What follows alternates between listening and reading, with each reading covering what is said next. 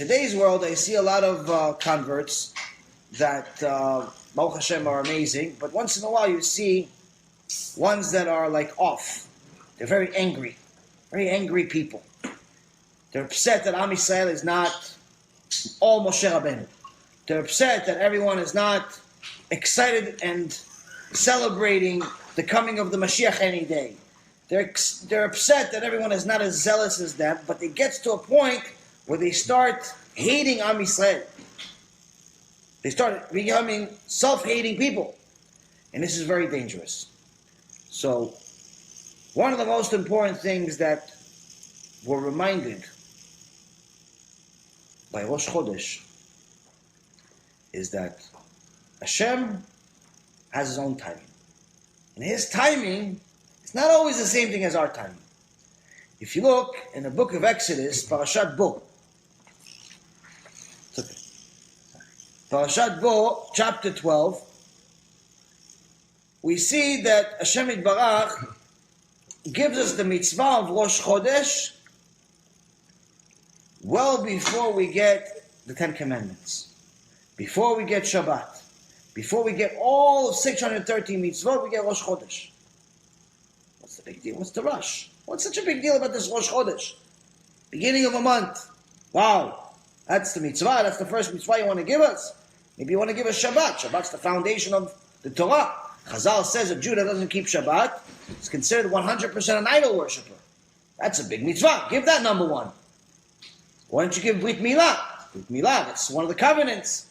Give Tefillin, give kosher, give Tarat Mishpacha. If a woman is not willing to keep Tarat Mishpacha, the husband is not only allowed to divorce her instantly, but she doesn't get the Ktubah. Tarat Mishpacha, without Tarat Mishpacha, there's no marriage. Why don't you make that the first mitzvah? No. He says here, Rosh Chodesh. Why Rosh Chodesh? So Chazal explains to us that in the times of the Greek persecution that we had, Yimach Shemam v'Zichram, they, unlike the Romans that were trying to destroy us as people, the Greeks were trying to purely just destroy the religion.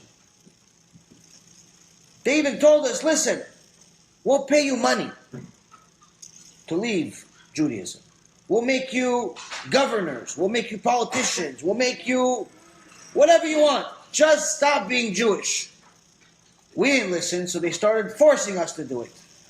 And by forcing us, they made us stop keeping certain mitzvot. They outlawed a few mitzvot.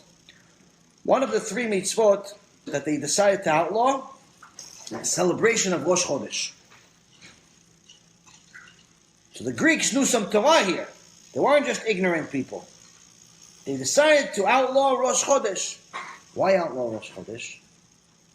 Because Rosh Chodesh is a reminder that everything has its time.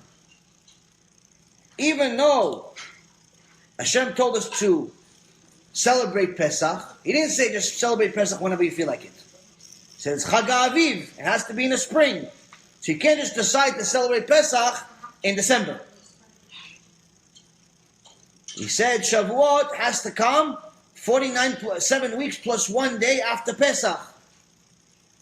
You can't just decide to celebrate Shavuot on the 3rd day of Pesach because you're so excited and zealous. Or celebrate Shavuot 6 months after Pesach. You can't just do Hanukkah in the middle of the year just because you feel like it. Everything has its time. Why does everything have its time? Hashem says, you need to connect to me the way that I know is the best way to connect. There's certain times of the year that require a specific type of connection. There's a daily connection that you do with going to pray every day. You have Shachrit, you have Mincha, you have Arvit, you have maybe perhaps your own personal prayer that you do if you do it, or any personal prayer. But that's your daily.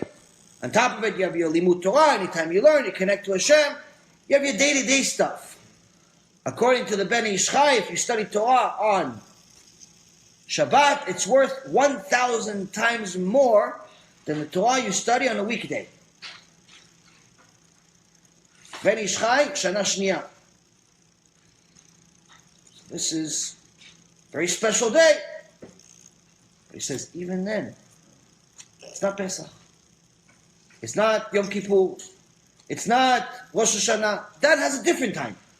That has a different time. And you have to know that that time, Hashem put it there for some reason. So when the Goyim, the Greeks, decided to remove Rosh Chodesh, what were they really trying to do?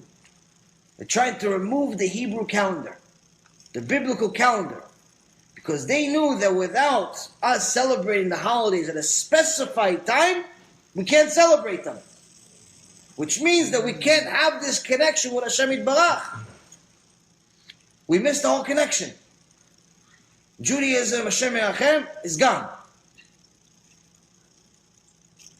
And this is the reason why Hashem decided, he said, before I give you the details of everything that you need to do, all the mitzvot, all the halachot, all the wonderful holidays, all of the everything and anything, you have to know rule number one. Kol davar beito. Everything has a specific time. Now, why is this so important to us, even on a day-to-day basis? We're not celebrating Rosh Chodesh every day. Because you see, many times people get very, very upset when Hashem doesn't dance to their tune. They did Teshuvá 6 months ago, they already think they should become Bill Gates, Warren Buffett, and Eddie Lampert all in the same bank account. On top of that, the mini Moshe Rabbeinu, and married to the greatest human being that ever lived after them. Why? Because they see keeping Shabbat 6 months. And if everything doesn't work out that way, like, I don't know if this religion thing is working for me. First and foremost, you have to understand, Hashem doesn't work for you. It's a very, very important rule to know. He does not work for you. He's not here to serve you. It's the opposite. You're here to serve Him. Second of all, just like He had patience for you for 30, 40, 50, 60 years until you finally did Teshuvá and finally started keeping one real mitzvah, and He didn't kill you like He was supposed to according to His Torah. He said, yes, and someone's Bechal Shabbat, mot yumat. Could have killed us a long time ago when we did the first Chilul Shabbat. But He gave you more times and more time and more time and more time because He knew that at 36 years old, you're finally going to do Teshuvá. At 56 years old, you're going to finally do Teshuvá. So He gave you time. Now you're complaining about Him after you only giving Him 6 months? So we have to adjust our clocks a little bit. The second and even more important thing is to understand that Hashem has a different clock than we do. Meaning that He's only going to give us what we need, when we need it, and not necessarily what we want when we want it. And there's a very big difference between the two.